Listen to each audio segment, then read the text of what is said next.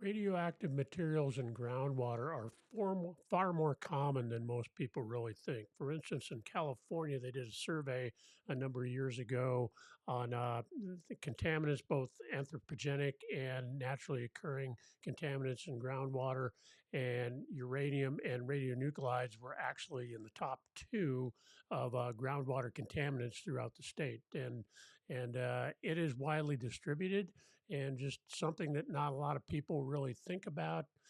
But it is a naturally occurring compound, and it's a little complex because we're dealing with multiple compounds, and so we're dealing with naturally occurring radioactive materials or norms, and that's really what our video is about today.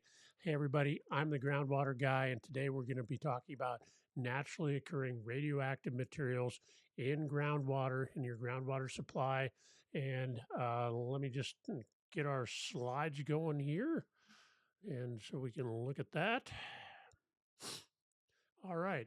And I'd like to point out that once again, my videos are generally for small water utilities. That's generally my target.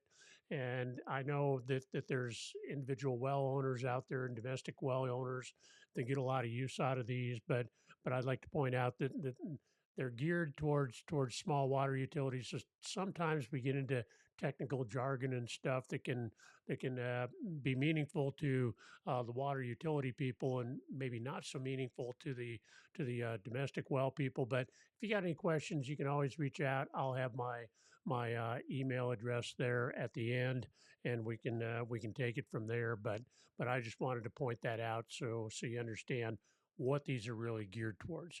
All right, so we're going to get going here. What are norms? And norms are naturally occurring radioactive materials. We abbreviate them norms for short. And it's very simply, they originate from the Earth's crust. They're present in varying concentrations throughout soil and rock formations. We'll discuss the geology and where they're more likely to occur in a slide here. Key geogenic radionuclides, and geogenic means naturally occurring, basically. They're formed in place. But like some of our other videos where we talked about different contaminants, we're dealing with different compounds or different contaminants that are derived from each other. So uranium, radium, and radon are the main components. We got some other ones, but what happens is these generally decay from uranium, and we'll look at the decay sequence. So they're breakdown products because they're radioactive and they're giving off fissile material. Then they do tend to break down to some of these other compounds. So we got a host of things we need to look at. The analysis is going to be a little different if you're analyzing for these things. So you just got to understand the full range of compounds. Radon, for instance, often occurs as a gas, where uranium probably more would be dissolved or in your water. So it has different occurrences here, and that's something you need to take into account as well. Exposure pathways, ingestion for uranium and radon through drinking water, and inhalation of radon during showering, washing, and water use activities. If you have radon in your groundwater, then you can get exposed to it through inhalation as it off gases from your drinking water supply. So a number of different exposure routes there. Health risks, we have increased cancer risk for all the uranium compounds or all the radioactive materials.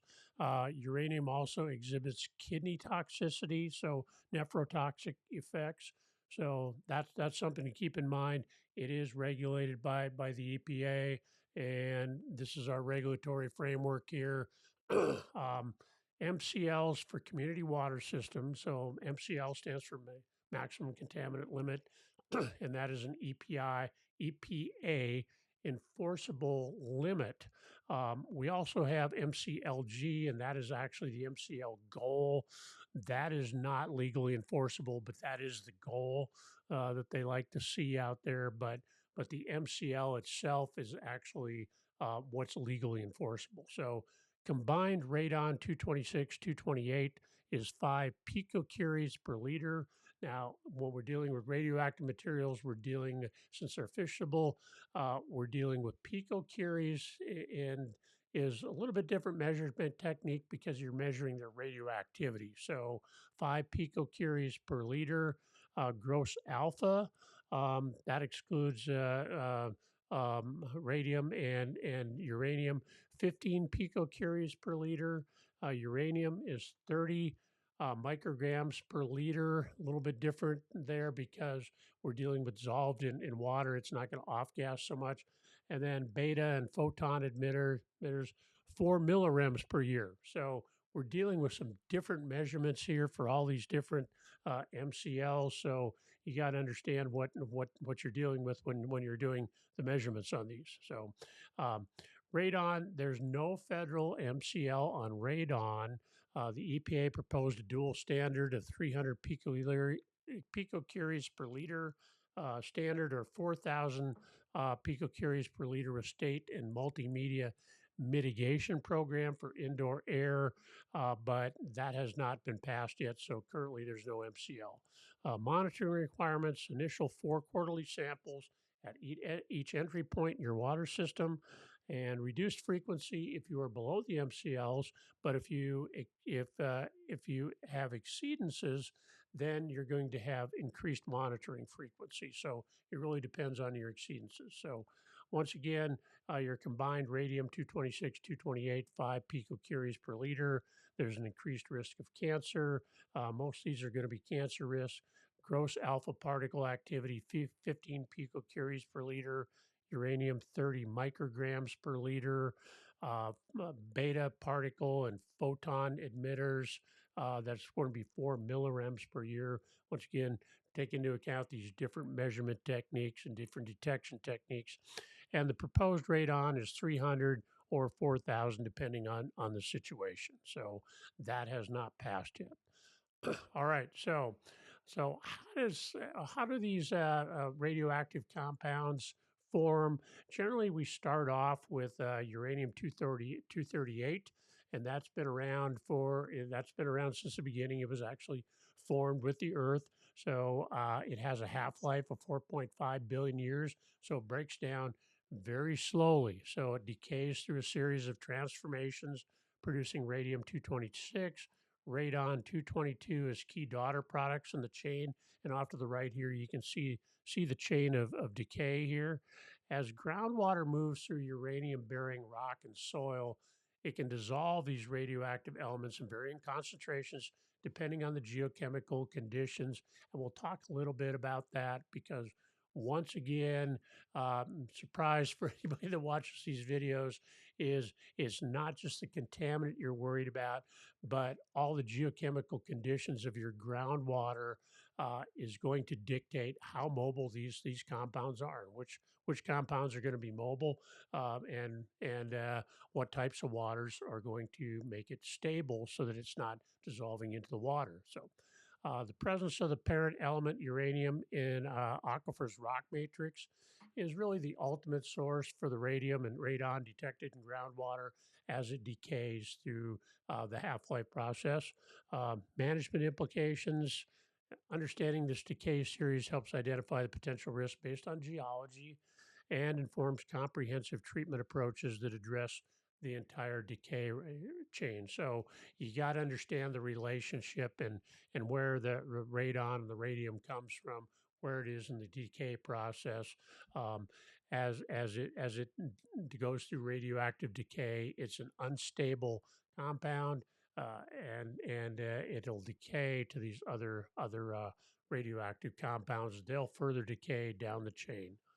So, geologic occurrence. So, the rock types of concern, and we got a number of different environments we're looking at that are going to be potential sources for uranium. So, you have to be especially careful in certain parts of the country where you run into this geology. So, crystalline rocks, granites, gneiss, and schists are commonly enriched in uranium, and those are also going to be associated with elevated radon and uranium in water. And particularly, we'll find high radon detections around some of these pink granites with the pink feldspars. Those seem to have a higher potential for radon. So if you're looking for radon gas, that's often a source too. So some of the pink granites might just say that you want to look at those a little more carefully. Although all types of granites and gneisses and schists will generally have some elevated norms associated with them. Black shales, organic rich sedimentary rocks that can concentrate uranium during deposition. Those are a potential source for groundwater contamination. Here in Middle Tennessee, we have the regionally extensive Chattanooga Shale. It's a black shale, a fairly thin one, but it's regionally extensive. It divides the Ordovician from the Mississippian, and it tends to be radioactive and concentrating uranium in there. It's also an oil shale in places, so it's generally kind of a trash bag, and the uranium obviously is attracted to the carbon. So the black usually means there's higher carbon enrichment, and that's going to be absorb the uranium. So it's going to be a source of the uranium that'll be showing up in that black shale. So that's just one example, but other black shales, the same situation as well. Phosphate-rich rocks often contain elevated uranium and radium. Weathering releases those elements to groundwater and volcanic deposits. So especially rhyolite-derived sediments. So those are going to be more on the feldspathic compounds or rocks. So the Sierra Nevada derived alluvium in the California Central Valley sometimes will have radon associated or radon and uranium associated with it as well. So geologic factors affecting radionuclide release. Uranium may be hosted in primary minerals, i.e., uraninite is one. There's a lot of different uranium minerals out there. Some of those will actually even fluoresce if you take a black light to them, and and some won't, or they can be absorbed to secondary minerals like iron oxides. Now, if you've watched any of my other videos, you know that iron oxides can be a problem for a lot of different things. For instance, arsenic also is especially high in iron oxides or can accumulate in iron oxides. So iron oxides is something you need to pay attention to in the rocks because just that iron chemistry is going to absorb some of these contaminants, naturally occurring contaminants. So that's something to be aware of. You know, especially when you're drilling a well too, look for iron oxide zones in the well, and you're going to want to test those to see if they have arsenic or uranium or any of those things in there. So iron oxide is usually a flag that you want to note and probably do some sampling. Weathering intensity controls the rate of release from host rocks to groundwater. It's affected by climate and time. Fracture density. Obviously, if we're drilling wells, we're looking for high fracture density, but fracture density, if you have uranium in the rocks as the source rocks to start with, then that's going to increase the water rock contact to the surface area, and more fractures is going to correlate to higher radionuclide concentrations in those rocks. Probably not something you can avoid if you have high uranium in the rocks, and you're looking for water and in a fractured bedrock setting, more fractures is going to equal more water. So that's something you're just going to have to deal with, but you need to recognize that potential factor and do the appropriate testing. So and site specific variability, local geology may vary significantly from regional patterns, and you always want to conduct site specific investigations. So even within the same rock types, it's the uranium and the other radioactive compounds are not going to be universally distributed or uniformly distributed. So you're going to want to look at areas and do the testing. When you do a test well, you're going to want to do some testing if you have known radioactive materials in the area, and maybe even tighten up that testing. Look for the iron oxides and some of the other indicators that you have potential radioactive material. So, studies by USGS indicate the wells drilled in the same rock type but different locations can have orders of magnitude differences in radionuclide concentrations due to local variations. So, basically, what I just said, it can be highly variable with these things. So, so you're just going to have to do the testing and do some homework before you drill, and understand that you're going to need to do some testing during drilling too to really nail down how much what percentage of norms you have in your groundwater. All right, so geographic distribution, radon, and uranium hotspots. The EPA publishes a map of radon zones by county with higher indoor radon potential.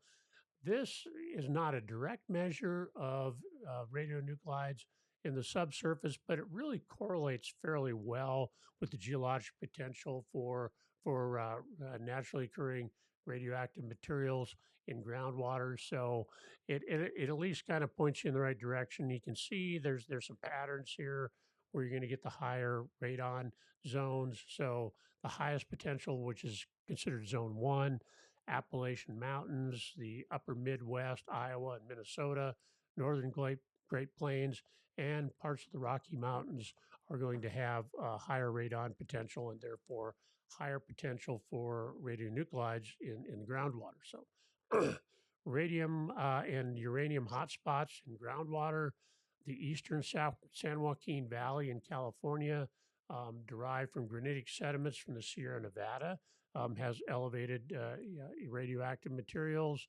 The Northeast and the Appalachians, crystal and bedrock aquifers will exhibit elevated radioactive compounds. Rocky Mountain region, once again, areas with granitic and metamorphic rocks.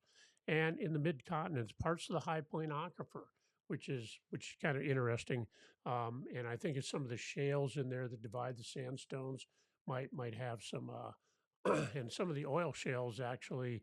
You get up in North Dakota and stuff, you get into some of the oil shales, and like I mentioned, with the Chattanooga Shale here in Middle Tennessee, you're picking up the uranium as part of that high carbon content in those sediments that's going to absorb radioactive materials. So local variations exist, like we mentioned, and so you just have to be aware of that. And I think more than a lot of things, you're really going to want to do some testing for your for your groundwater if you're drilling wells, and you're probably going to want to. We generally recommend, starting off for most situations, maybe around 50 feet. But if you have high radionuclides in your area or detected, you might want to tighten that up a little bit when you drill your wells because it can be so highly variable. All right, chemical controls. Redox drives uranium mobility. And when we talk about redox, we talk about reducing conditions and oxidizing conditions. Sometimes that's referred to as ORP, the oxidation reduction potential. We have field meters, and we can test that to determine how reducing or oxidizing the environment is. But this is an important driver of uranium mobility. So oxidation reduction conditions are often the primary control on uranium mobility in groundwater. So oxic conditions, which are oxygen rich or oxidizing environments, the uranium exists as uranium 6, uranyl ion, highly soluble and mobile, especially with bicarbonate. So we're going to talk a little bit about the geochemistry here in a little bit, but not only the redox, but the geochemistry dictates how mobile things are. And we can already see bicarbonate is a problem. It is with arsenic as well. So sometimes these things go together. Reducing conditions, which are oxygen poor conditions, uranium is reduced to uranium 4. It forms insoluble precipitates, uraninite, and is effectively immobilized in the aquifer. So just like we see with arsenic, we have different species of uranium, and uranium 6 versus uranium 4, very big difference in the mobility. And a lot of that is going to be dictated by your redox conditions and your groundwater chemistry. So depth trend, deeper, older groundwater is often anoxic, so more reducing. So there's going to be lower dissolved uranium Shallow recharge is often more oxic, more oxygen, so you're going to get higher uranium. Um, when you're dealing with things like fluoride, for instance, naturally occurring fluoride, generally the deeper you go, you're going to see higher fluoride. But it's just the opposite with uranium.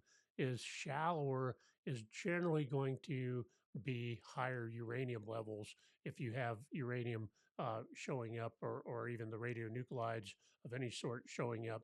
It's going to show up more shallow. So that's going to be an important distinction to make. Um, Other radionuclides, radium mobility, influenced by the cation exchange, it co-precipitation with carbonates. Radon is gaseous and it partitions to air. So radium is going to basically, you're going to precipitate it with carbonates, and so uh, carbonate chemistry can play a role there. So so once again, in summary, on the right here, redox effects on uranium mobility, oxic conditions in shallow aquifers, dissolved oxygen present, uranium 6, high mobility, and it's enhanced by bicarbonate. So you're going to want to understand your groundwater chemistry. Anoxic conditions are generally going to be deeper aquifers. The oxygen is going to be depleted. You're going to have uranium 4.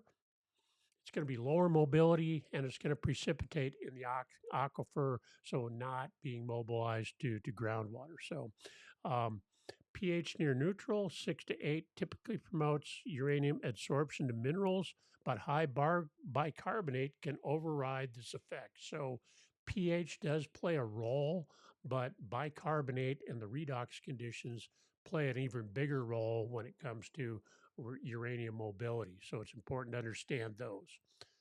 All right. The bicarbonate and calcium effect on uranium 6. And this, once again, understanding not just the contaminant chemistry, but the background geochemistry of your waters can uh, really help you understand the mobility of things like uranium and some of these other naturally occurring contaminants. So in this case, bicarbonate is really an important factor in dissolving or in creating mobile radionuclides in your groundwater. So high dissolved inorganic carbon as bicarbonate, so HCO3 complexes with uranium to form stable, soluble species. And I'm not going to go through the formulas here. They're there for you. Um, Calcium enhances mobility via neutral and weakly charged ternary complexes. And there you go. There's a big long formula for you. The resist adsorption to mineral surfaces. Near neutral pH favors uranium adsorption, so precipitating it out, but high bicarbonate and calcium can override this effect, keeping uranium in solution. So you can have a neutral pH that would generally, in most circumstances, precipitate out uranium and make it not mobile. But if you have high bicarbonate and calcium, now that's going to overcome the pH effect, and you're going to see some mobility of these radioactive compounds. Um, so when you test your water, it's important not only to test the compounds and the things the EPA and your state regulatory agency makes you test, but understand the background chemistry of your water, because it can really dictate the mobility. And especially if you're dealing with multiple contaminants, you really got to understand the chemistry of the water itself, and it's also going to affect your whatever treatment options you choose. That chemistry is going to affect those options as well, because some options are going to work better in certain circumstances. Say, high carbonate can choke off some systems and not others. So you're going to really want to pay attention to that, especially when you're designing up your treatment system. Um, so the relationship creates a strong positive correlation between bicarbonate and dissolved oxygen concentrations in oxic groundwater. So once again, there's that redox condition. So more oxidizing groundwater, higher oxygen in that groundwater, and high bicarbonate, you're going to mobilize the uranium. For water managers, high bicarbonate levels in oxic groundwater indicate increased risk of uranium mobilization. Now, obviously, the uranium needs to be present in order to be mobilized. So it's important to understand if you even have any, if you're even in a situation where you may have uranium. But if you're in that possible category, then you need to understand all these chemical conditions, the redox conditions, and all that to really understand how uranium is being mobilized. So here's just a chart here between it's a great illustration from the eastern San Joaquin Valley in California, uranium versus bicarbonate in oxic groundwater. So you can see an almost one-to-one correlation. That's pretty much a perfect correlation here between bicarbonate levels and uranium levels in water. So pretty much a straight line there. So that really exhibits the relationship there. All right.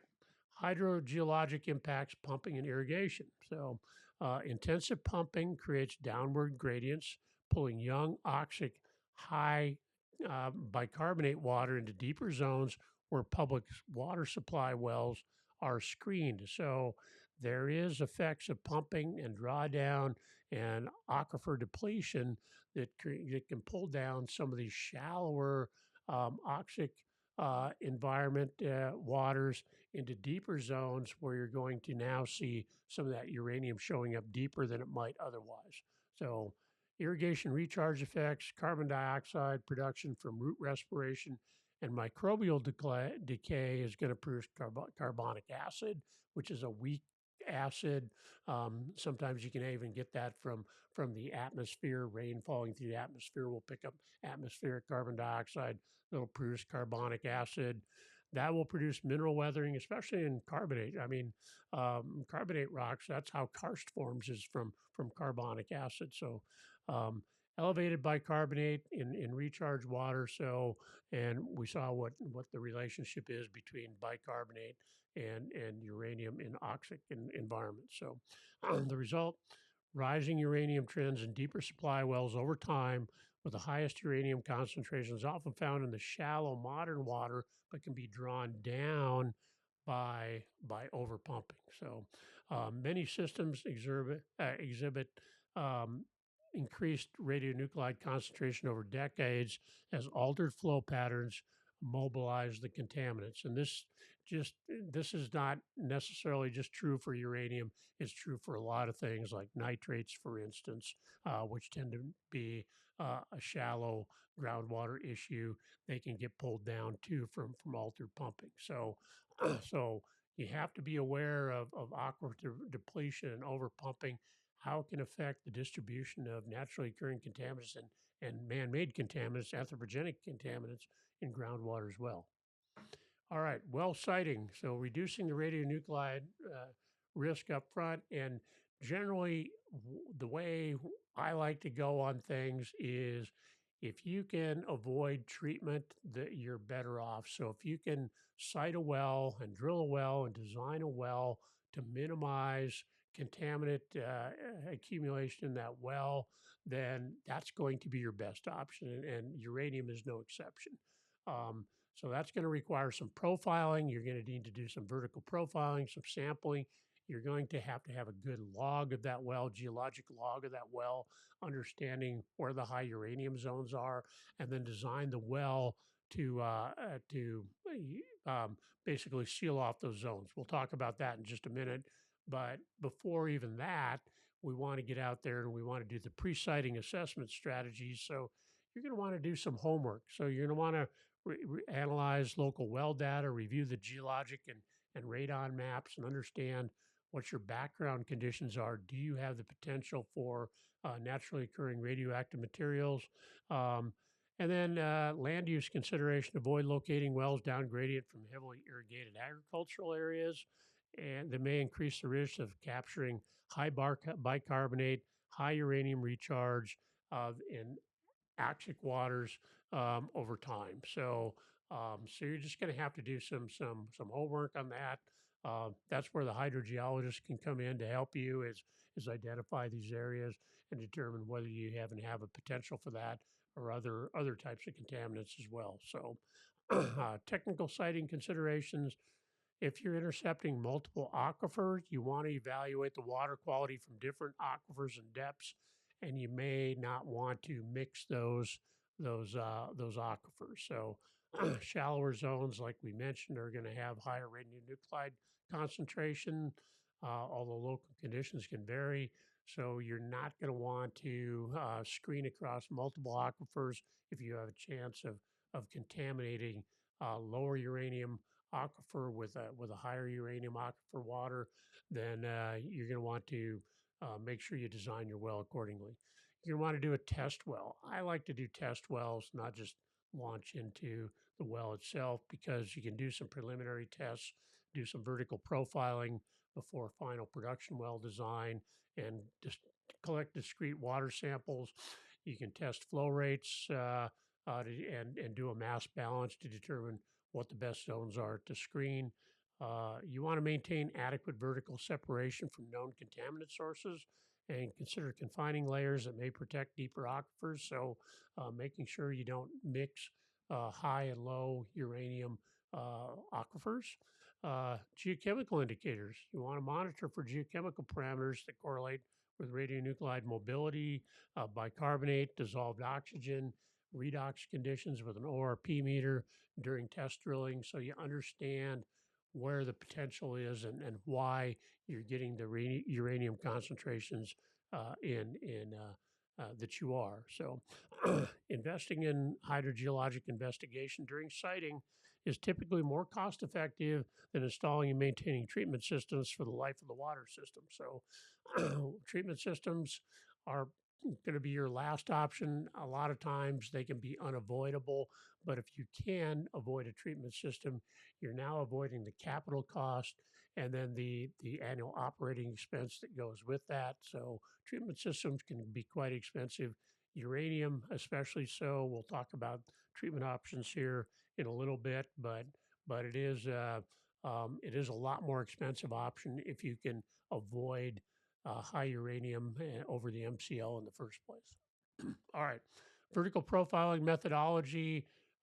We kind of talked about this, but we do the flow profiling and the vertical sampling, and then we're going to do a mass balance that's going to determine what zones we can seal off. So in this case over here, we got zone one here is low uranium, high flow. Zone two, high uranium, moderate flow, and zone three, moderate uranium and low flow. So we probably would want to certainly screen in zone one. Um, we may want to, seal off. Well, we're probably going to want to seal off zone two, and then we'd have to decide blending wise with our mass balance calculations whether we'd want to take zone three or not. So it's going to be relatively low flow. So the question is, would it contribute? Is it worth developing that? And then diluting that out with the high flow from zone one. So that's going to be a calculation. That's going to be something you're going to want to do for every well. Every well is going to be a little bit different, and you're going to have to pencil out the calculation. So um, so that's in a nutshell how you do the vertical profiling, flow profiling, and then water quality sampling, and then the mass balance to determine what zones you want to screen, what zones you want to seal off. So applying profiling to well design, um, we can use the profiling results to position screens at cleaner intervals with adequate yield. That's where the mass balance comes in. We'll install blank casing or grout seals across problem zones. I prefer to grout them and separate them because if you have a gravel pack in your well, you can actually get migration along that gravel pack. It's not as much as through the well itself, but you can get some migration there. Some people will tell you that it's negligible. I prefer just to seal that off so that there's no doubt about it. So avoid interconnecting aquifers of different quality, and that's often prohibited by regulations anyway. But you're just going to want to pay attention. I've seen a lot of well designs where they've done that and they've actually contaminated deeper aquifer with shallow contaminated water, and it becomes a real mess because not only have you messed up your well, but you may have messed up the aquifer itself, and then you're talking major legal liability here. So you want to understand what you're doing on that. Um, so when you're doing the vertical profiling, there's going to be some trade-off between losing capacity and reducing contaminant inflow. So you need to, that's where that mass balance comes in, and you have to determine the optimal point there. So that's going to be some engineering optimization that goes on there. Modifying existing wells. If we have, and we've seen over time where sometimes pumping can increase and changing geochemistry due to over pumping can change the chemistry where now where you didn't have a uranium problem or at least something that was over the MCL, now you may be approaching or at the MCL, and now you need to start looking at what's going on with that well. Can we go in and modify that well and reduce the uranium coming in? So it's basically the same principle as the test well. You're going to go in there and do vertical profiling and flow testing and do a mass balance. But in this case, what we're going to do is we're going to look at what each zone contributes and do that mass balance. And then you're going to look at how are we going to seal off those zones? Can we seal off any zones and not lose very much capacity in our well? And that's going to be your mass balance. So how much capacity do we have to give up to get our well into compliance so that we're under the MCL? So you're going to modify that. You're going to sometimes you get the options to seal off those zones then or to install a liner.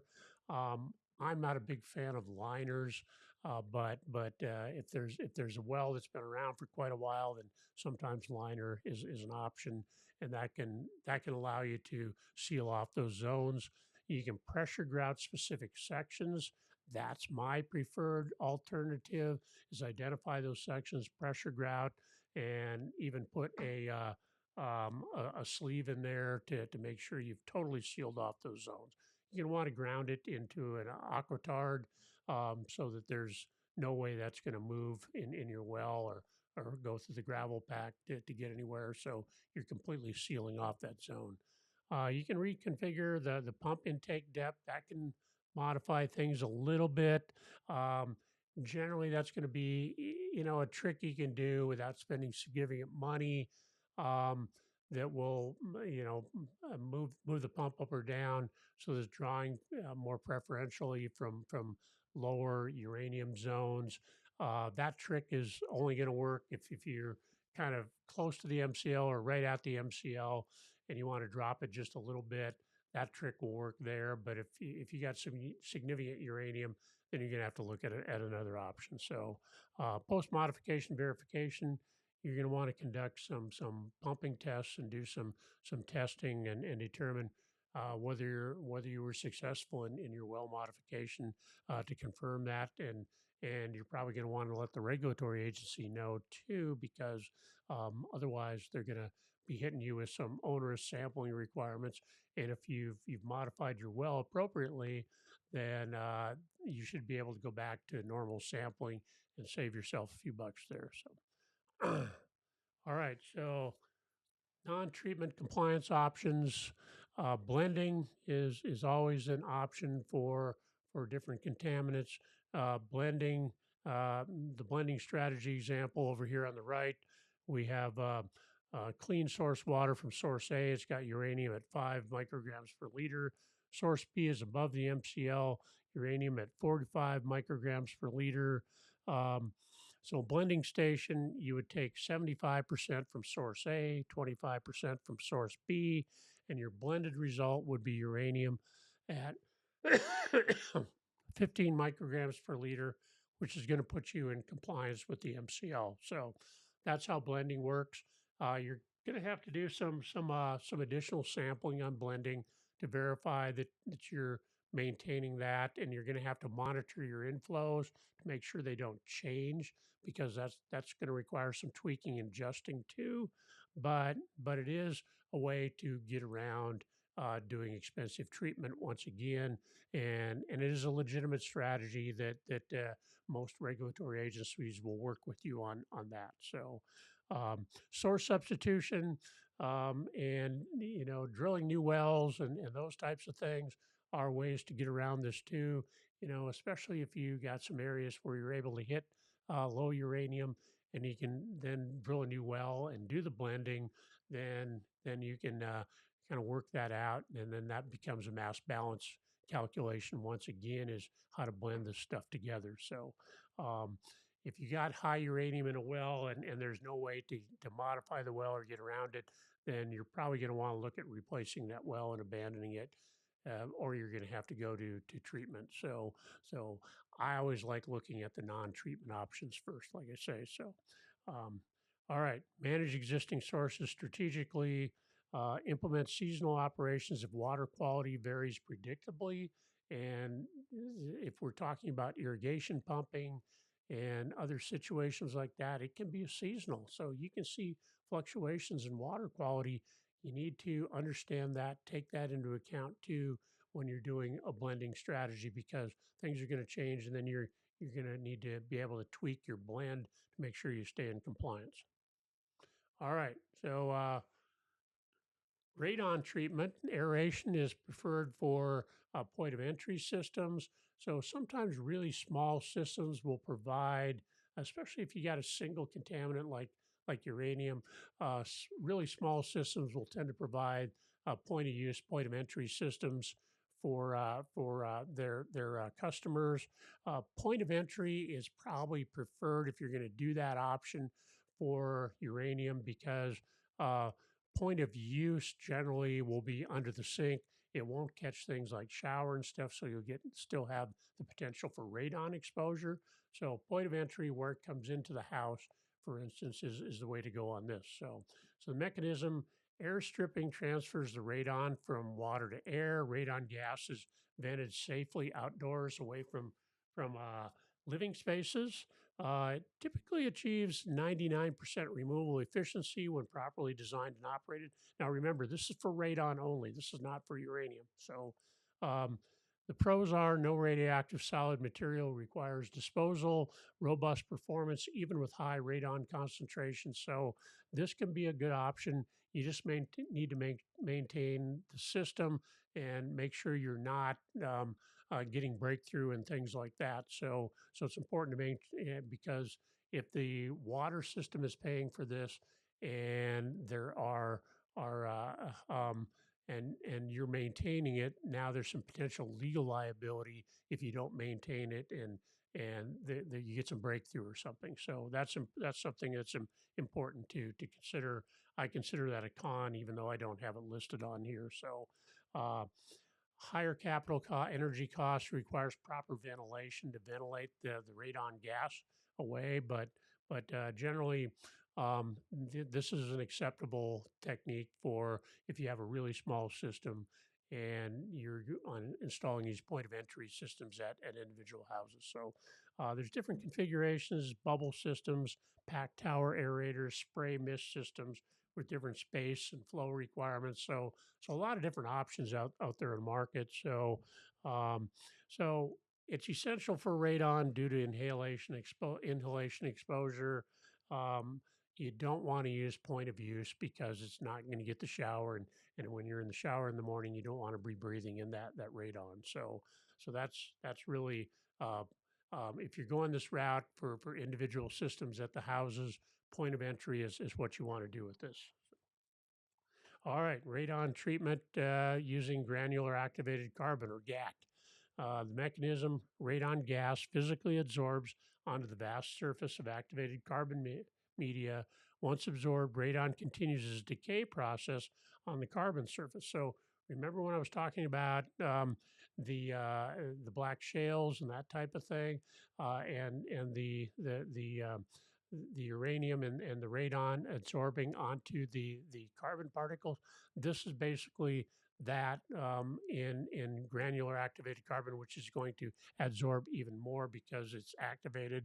And they usually use coconut shell carbon for this, and it's got a high absorption capacity. So this is typically going to remove about 95% of waterborne radon when designed with proper empty bed contact time. So that's, you got to have enough contact time for the radon to absorb out onto the carbon media. So lower capital costs than aeration systems. Uh, Simpler operation and maintenance, fewer moving parts, less energy intensive. So um, GAC systems are generally fairly simple to design and use. You just have to watch for breakthrough and replace things. So we usually do that in a series, and we check for breakthrough in between. And you never want breakthrough at the end carbon. So you're going to be replacing carbons when you get breakthrough at midpoints, and that's generally how you keep breakthrough from happening. So um, you're going to build up radioactive progeny. So lead 210, for instance, on the carbon media, the tank becomes radioactive over time, requires disposal of low level radioactive waste by a licensed contractor, potential for fouling by iron, manganese, or hardness. So that's something to be aware of too. And with all these things where you're stripping off the radionuclides, you are going to have disposal issues you need to take into account. So so all these are going to have that issue. So best applications: systems with moderate radon levels, space limited installations, or as interim solutions where aeration isn't feasible. So that's the GAC. We got a little illustration of it here. It just absorbs the radioactive radon, absorbs onto the carbon material, and then eventually it'll load up to the point where you need to replace the carbon. All right, uranium and uranium treatment using ion exchange. And so this is cation exchange. And for radium, uranium removal is going to be anion exchange. So it's important to understand which one dominates. So the cation exchange is positively charged radium ions replace sodium or potassium ions on the resin. So you're or ion exchange, you're always using an ion exchange resin. So it's a matter of whether it's a cation exchange or an anion exchange. So performance, typical removal efficiency, 85 to 95% for radium. It co-removes calcium and magnesium hardness, so you'll get softer water too. But the primary point is you'll get rid of the radium, the radon, or the radium. And the important point is you need to understand that if you have calcium and magnesium hardness in there, it's going to load up a little faster, and you're going to have to change your resins. So that's how the process works there. Um, you're going to want to monitor for radium breakthrough before hardness breakthrough. So the radium is going to break through before the hardness.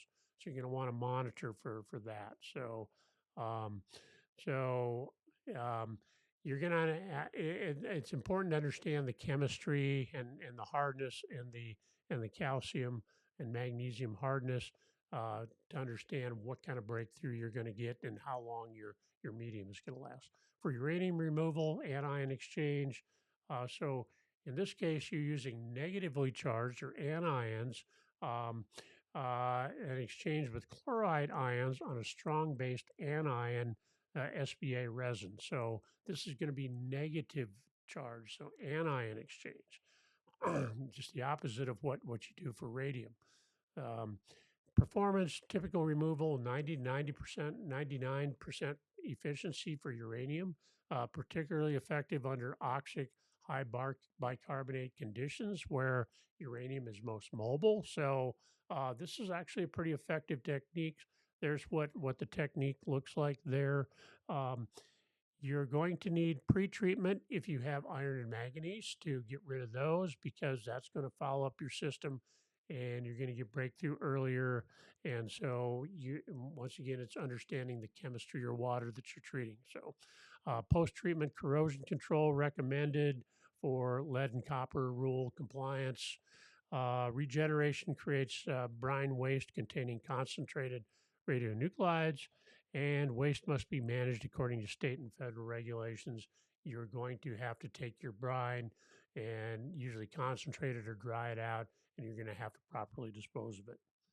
All right, uranium and radium treatment using RO, reverse osmosis, and others. Reverse osmosis is basically microfiltration or nanofiltration, even. So I kind of lump everything under reverse osmosis. So that's going to be both micro and nano filtration is generally how I call it out, so that you're not getting into the weeds too much on that. But basically a high rejection of uranium, radium, up to 99% broad spectrum removal.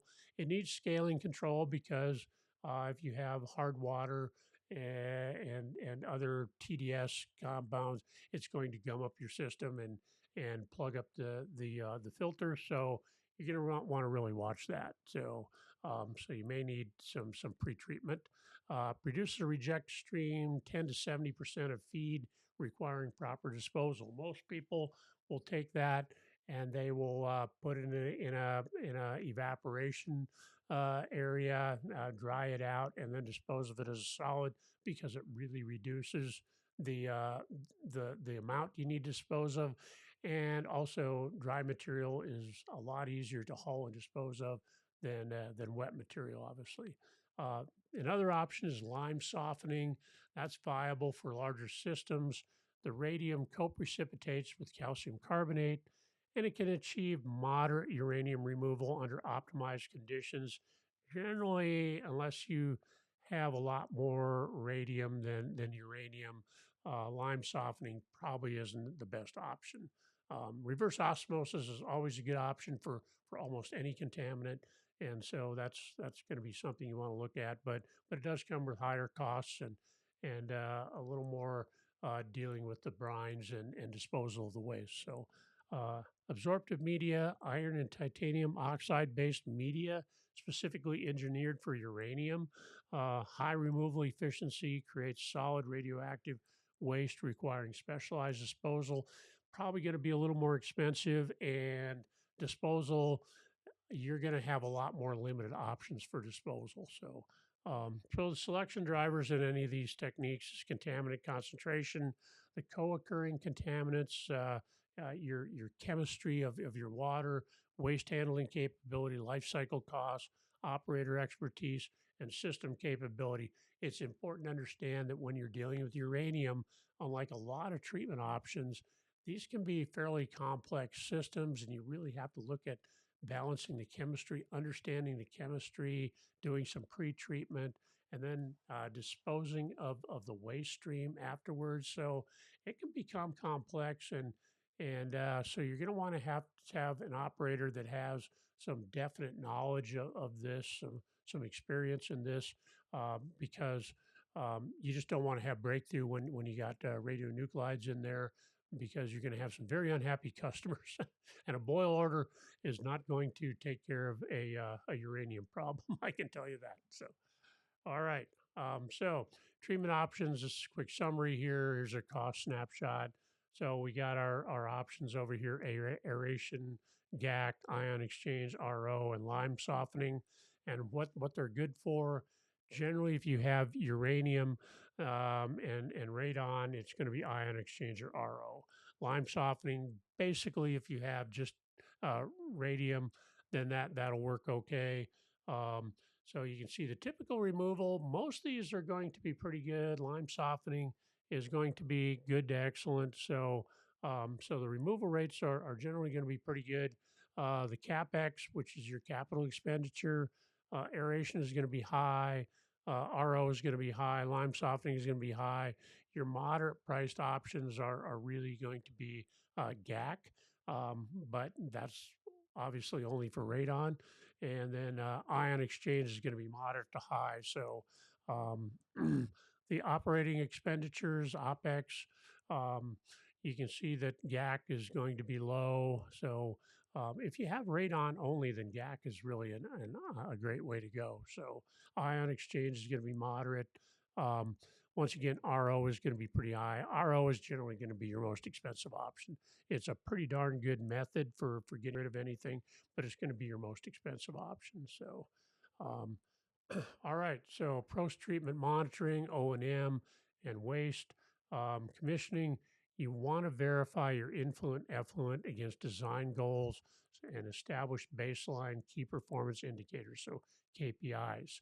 If you watched any of my videos, you know that I'm big on if you can't measure it, you can't improve it, and what the heck are you doing if you don't have any measurement techniques? KPIs are a way around that. So you got to understand the performance of your system.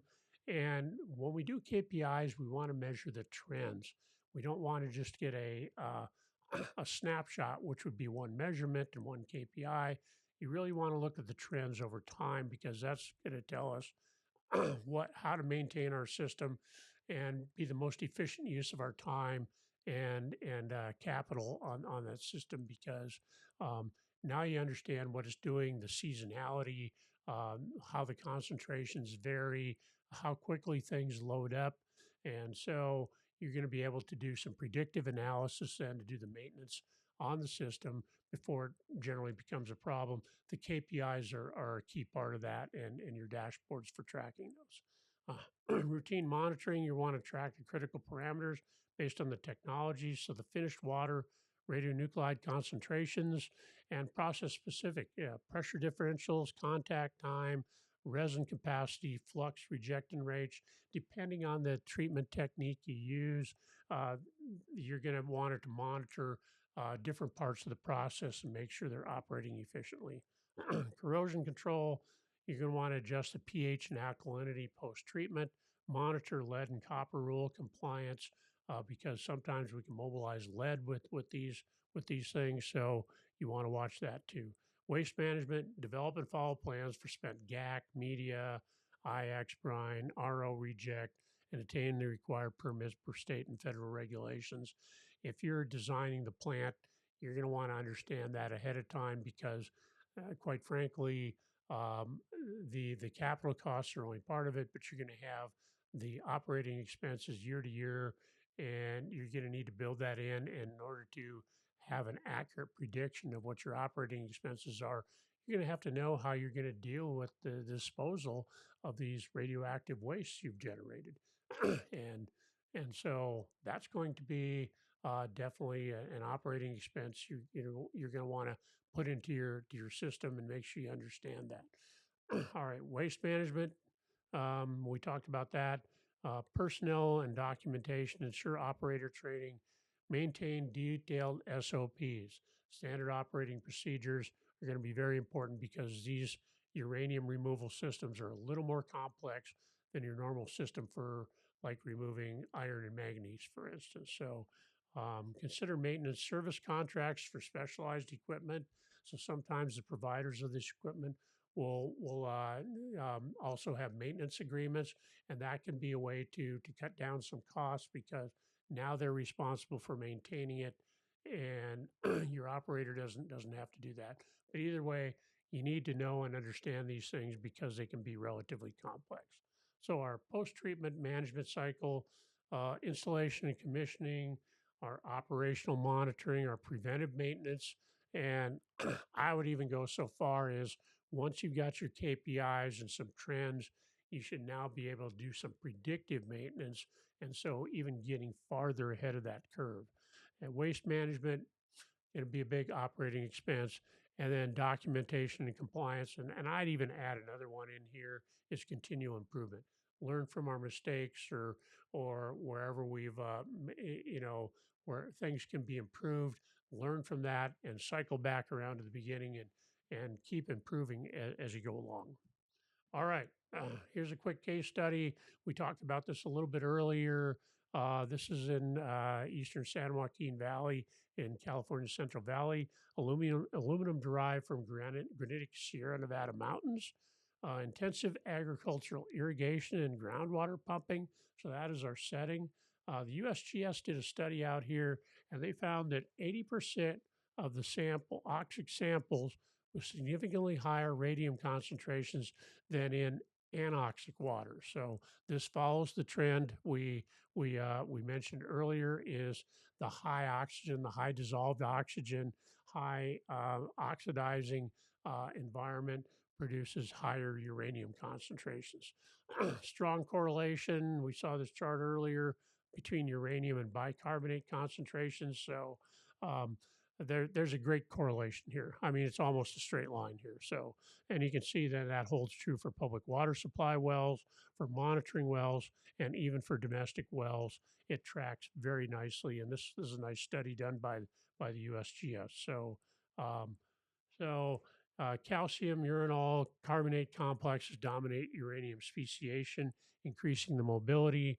Downward gradients from pump pull shallow, young, high bicarbonate water with elevated uranium to deeper production zones. This is where overpumping these aquifers, and a lot of these Central Valley aquifers are overpumped.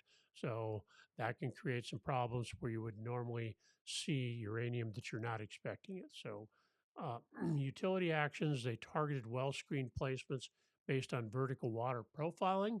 So they did the design the wells accordingly. They did blending strategies for sources above and below the MCL. So they blended, and then where they weren't able to get things down far enough, they did an ion exchange treatment for uranium when needed, and ongoing trend monitoring, adaptive management. So that's that process of continual improvement, looking and seeing how we're doing. But you can see what they did is they focused first on those treatment on non-treatment options, and then get down to the end. Even when they do need to do ion exchange, they're probably removing uranium at a lot lower levels and really saving on the cost there by doing the non-treatment options right up front. So that's important, and it's really important to think that way when you're designing your system where you have uranium issues. All right, key takeaways. Our final slide here. Geology sets the stage, geochemistry and operations control mobility. Understand your groundwater and your geology. Do your homework ahead of time if you're drilling a new well. Profile vertically design wells that avoid high uranium and radium zones. Start with blending and source management. Select treatment aligned with waste and O&M capacity and your operator's experience, I might add. Um, Here's some resources for you. Here's my contact information. If you have any questions, I'll provide my email, in the closing here. But if you have any questions on this, please let me know. I appreciate it. And let me switch back to my close here. All right, and that is naturally occurring radioactive materials in groundwater. You can see it's a much more complex situation than some of the things we have, like nitrates, that are a little more straightforward. Although, when you dive into the details, they can be a little more complex too. So, like everything can, but uranium and naturally occurring radioactive materials tend to be a little complex, and the treatment options are far more expensive and more complex too. So it's important if you can do that source control up front when you design your wells and doing the blending and stuff. If you can get by with that without actually doing treatment, you're going to be miles ahead. All right, that is the show. Please like and comment, subscribe if you haven't. I appreciate everything. It helps with the YouTube algorithm and get the word out there. If you want to contact me, you can leave a comment and I respond to all the comments, or my email is here so you can get a hold of me that way. Thank you very much, and we will see you in the next video.